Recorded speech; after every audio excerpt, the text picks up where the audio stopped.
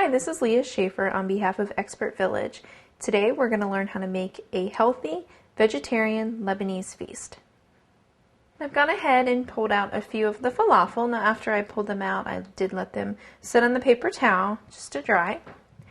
And we are just going to plate these up and add some of that tahini sauce. So the sauce has been sitting out a while. We're just going to stir it and just drizzle a little bit over each of those pieces.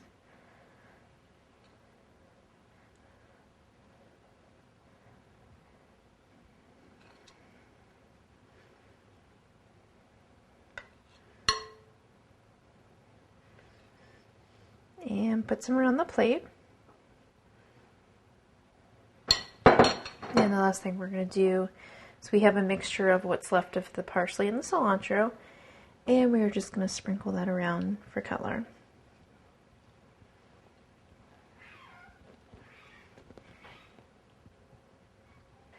So today we learned how to make hummus with pita chips, baba ganoush that we serve in the eggplant skins, and falafel with a tahini sauce.